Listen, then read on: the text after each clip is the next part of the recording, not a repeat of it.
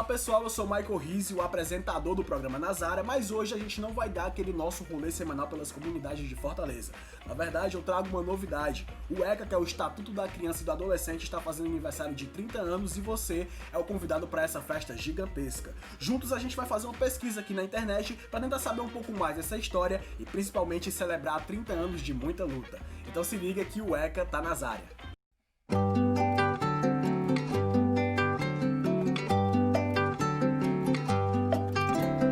Vem brincar na rua de peteca e amarelinha, meia, meia lua, se essa rua fosse minha.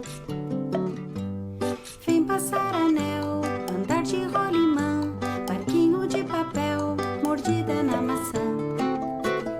Pega, pega, gato mia, gata cega, bambolê, perna de pau e futebol. Quente, frio, telefone sem fio, pique, pique, pique, esconde, esconde aonde?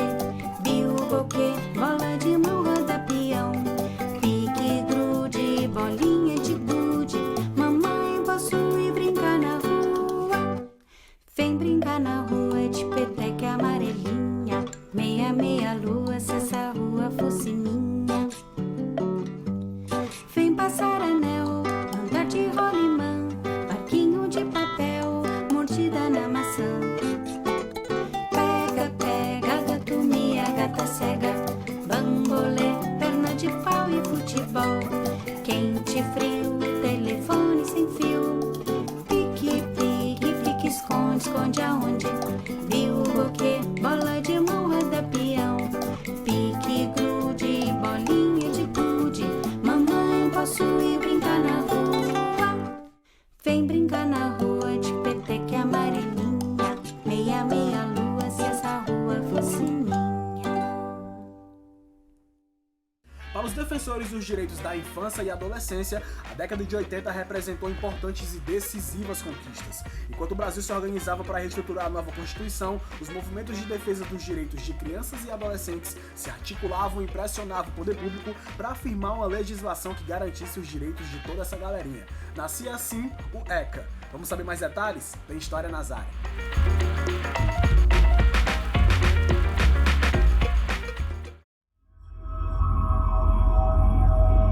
Não existia nenhum elemento específico com relação ao atendimento da criança. O que regulava o Brasil nesse momento ainda eram as leis filipinas, leis portuguesas, e nós já tínhamos aí o Código Criminal, vai ter o fim da escravidão e também com isso uma quantidade significativa de crianças que começam a habitar centros urbanos. Uma urbanização que crescia, junto com uma população também em aumento. Houve também um aumento da violência urbana. Nesse período, a pobreza também aumenta.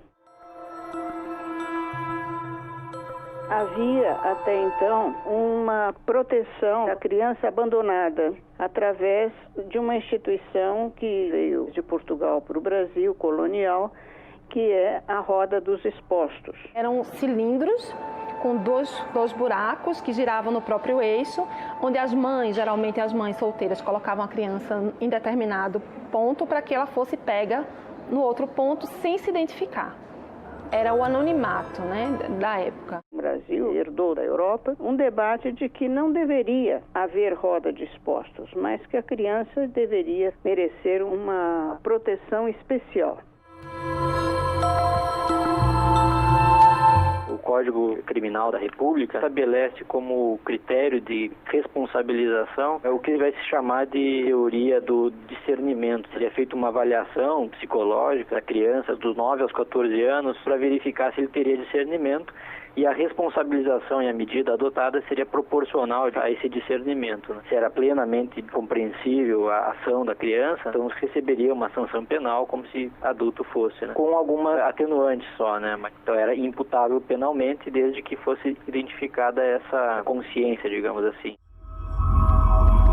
O Bernardino era um garoto, um engraxate. Ele foi preso porque ele engraxou o sapato de um homem e ao término ele saiu sem pagar. Então, qual foi a reação dele? Ele jogou tinta e sujou as calças e ele chama a polícia. Quando ele chama a polícia, o Bernardino tenta explicar, mas não consegue. Ele é preso junto com 20 presos adultos, e lá ele é violentado. Ele é retirado da cela e jogado na rua.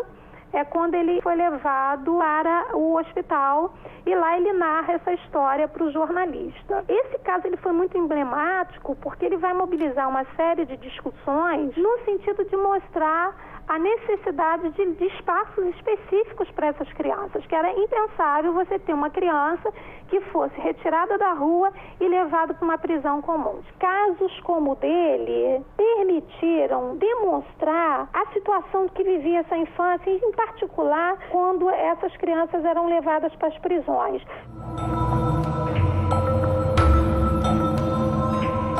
O Estado foi pressionado a criar um código para regular o que não existia. Então esse código, o interessante dele é isso, ele vem regular tudo. Ele traz direito civil, ele traz direito de proteção assemelhado ao penal, assemelhado ao que existe hoje, mas não é propriamente penal. Ele traz direito do trabalho, ele traz questão de adoção. Ele divide as crianças em dois grandes setores. O setor das crianças de elite, brancas, ricas, e a grande maioria da criança brasileira, que é a criança pobre, negra, abandonada, delinquente, e essa criança recebe o nome pejorativo de menor. Menor era aquele sob a tutela do Código de Menores, que era ou vadio ou delinquente. A vadiagem era o meio para o fim da delinquência. Com menos de 14 anos, os menores começaram a ser considerados inimputáveis, né? A eles não se podia atribuir nenhuma infração. A partir dos 14 anos, segundo o Código, dependia se ele fosse abandonado ou não. A escola de preservação para o delinquente, a escola de reforma para o abandonado. Entretanto, na prática, o sistema era muito mais discricionário e cabia muito mais ao juiz decidir onde encaminhar a criança do que tanto a qualificação jurídica dela. Com todas as críticas que se possa fazer ao código, é importante considerar o momento da sua elaboração. É a primeira tentativa efetiva de você construir uma legislação própria específica para a infância, regulando a questão do trabalho infantil, que era uma prática corrente. Uma frase muito utilizada era a seguinte: o trabalho da criança é pouco, não aproveita quem é bobo. Era exatamente essa ideia da exploração do trabalho. Você paga pouco e o que você ganha sempre é lucro. Havia o SAM, que era um serviço de assistência ao menor. Esse serviço só havia em poucas capitais, mas ele foi mais um serviço de tortura, de violência contra a criança internada, mas não educou nada. A principal criação do regime militar foi a FUNABEM, depois deu origem às FEBEMs em alguns estados. Também nessa época eram internadas as crianças abandonadas, sem pais, com pais presos. Tinha então o setor dos menores e tinha o setor dos chamados delinquentes.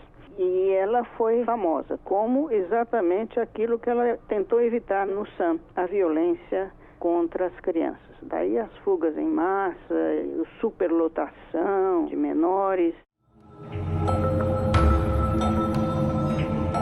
Houve uma reviravolta em 1990 com a criação do ECA e foi considerado uma revolução, um código aperfeiçoadíssimo do direito nacional brasileiro, mas na verdade o Estatuto da Criança e do Adolescente é quase uma cópia da Convenção Internacional dos Direitos da Criança e da Declaração Universal dos Direitos da Criança de 1979. Então o ECA é um reflexo direto das leis internacionais em defesa da criança e do adolescente. A Comissão de Direitos Humanos da Câmara dos Vereadores é o espaço que aprecia e delibera as matérias que dizem respeito aos direitos das minorias. Para denúncias sobre violações dos direitos humanos, a comissão dispõe um escritório específico para as ações de responsabilização. Para informações, acesse www.cmfo.ce.gov.br/Comissão de Direitos Humanos.